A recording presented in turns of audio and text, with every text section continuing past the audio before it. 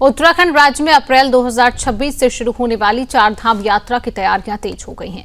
पर्यटन विभाग और बीकेटीसी ने अपनी तैयारियों को अंतिम रूप देने में तेजी ला दी है। इसके साथ ही नागरिक उड्डयन विकास प्राधिकरण ने हेली सेवाओं से संबंधित नई टेंडर प्रक्रिया शुरू कर दी है। पिछले 3 साल पहले हेली कंपनियों के साथ हुए टेंडर की अवधि समाप्त हो चुकी है, इसलिए इस साल नए सिरे से टेंडर किया जा रहा है। इसके चलते साल 2026 में हेली सेवाओं के किराए में बढ़ोतरी की संभावना जताई जा रही है।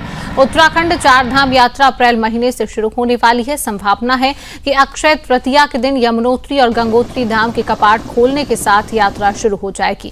वहीं बद्रीनाथ धाम के कपाट 23 अप्रैल को खोलेंगे। केदारनाथ धाम के कपाट खोलने की तिथि महाशिवरात्रि के दिन घोषित की जाएगी।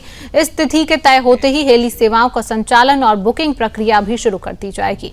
चार धाम यात्रा की यह तैयारी न केवल श्रद्धालुओं के लिए सुविधाजनक यात्रा सुनिश्चित करेगी, बल्कि हेली सेवाओं और प्रशासनिक व्यवस्थाओं को भी और बेहतर बनाएगी।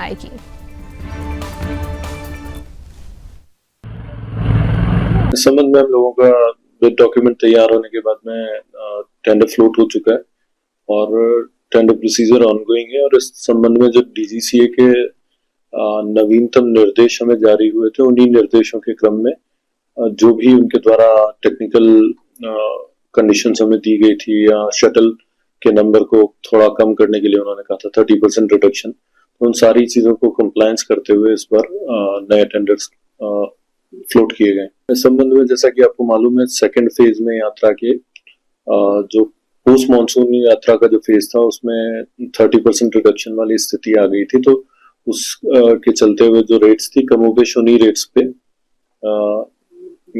अभी भी जो हमारी दरें होंगी वो उन्हीं रेट्स पे जाएंगी। इस बार माननीय मुख्यमंत्री जी के निर्देशों के क्रम में हम लोगों ने गौचर बद्रीनाथ की सेवा को आरंभ किया है। तो इसमें जो यात्री गौचर से बद्रीनाथ के लिए ट्रेवल करना चाहेंगे, इच्छुक होंगे, तो उनको ये फैसिलिटी अवेलेबल रहेगी।